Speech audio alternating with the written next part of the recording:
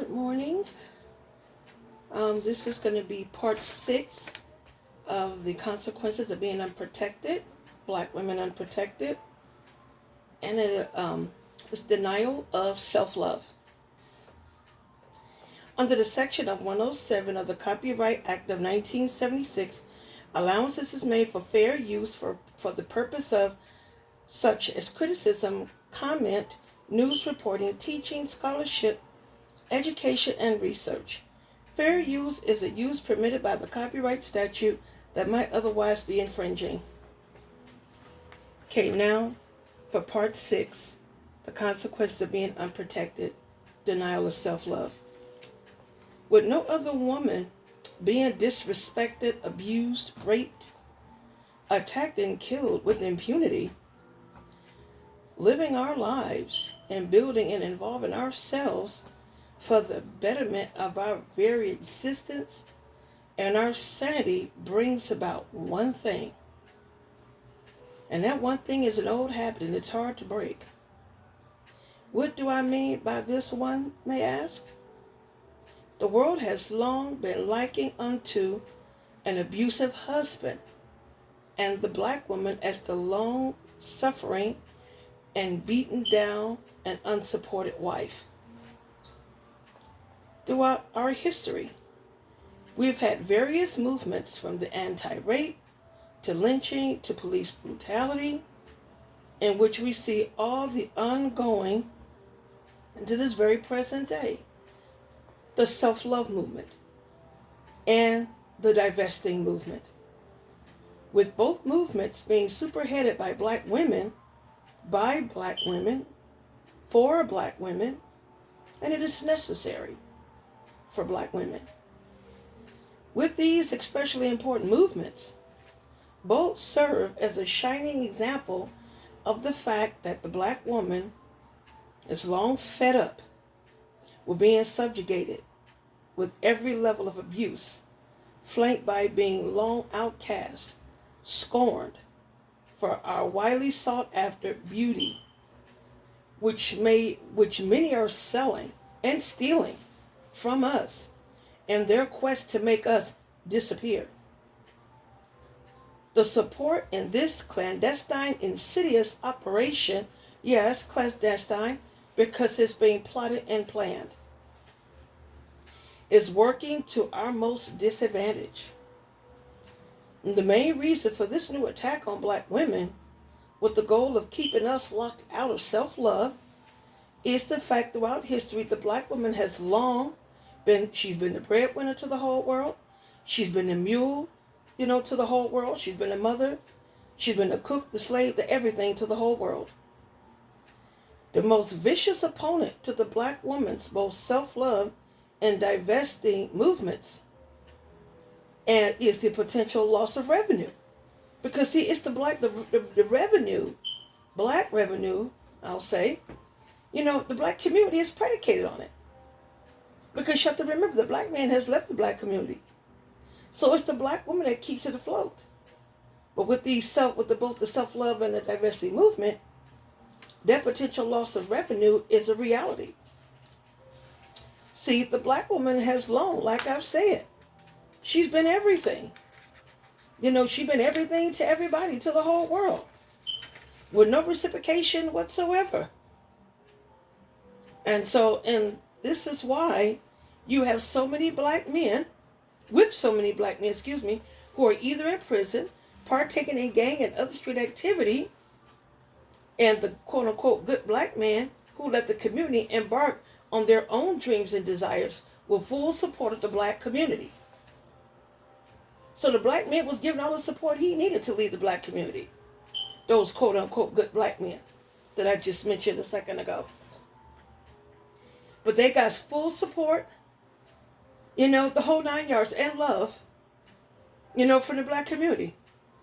Many of those quote-unquote good Black men left behind all the children they sired with long-suffering Black women, who were, of course, left behind to pick up the slack, with no support from anyone in the Black community, not even from other Black women, as many of them are so Black male identified.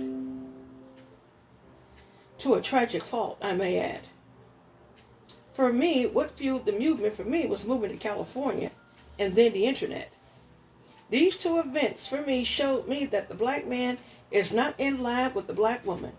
To be frank, black men has and continues to show that they are in no way an ally with, to, and for the black woman. And the internet shows that on a daily basis.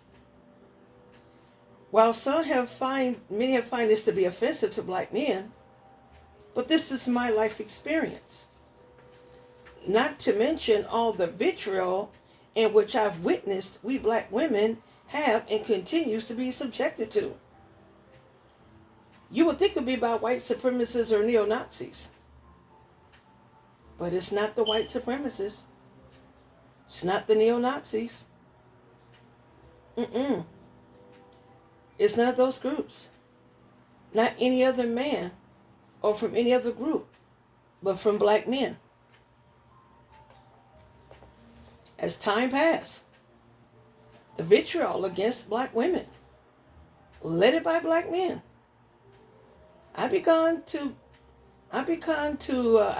become distant, towards black men out here. Because not only was I sitting on the internet, I was sitting off the net and out in public. So I just couldn't see myself dealing with a group of men who harbor that level of contempt towards black women in the vile way that black men tend to harbor.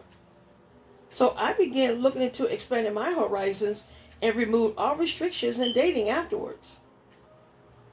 When the black woman decided to embark on a movement for self-care, and yes, self-love, these movements, because of the effect that these movements have on the black community, these movements have spurned anger, resentment, spurned a lot of jealousy and rancor. And we see that spilling out in the internet as well. So you see, it is still widely believed that the black woman is not to do for herself at all. It's the world's belief that the black woman, she, was put here to serve everyone else.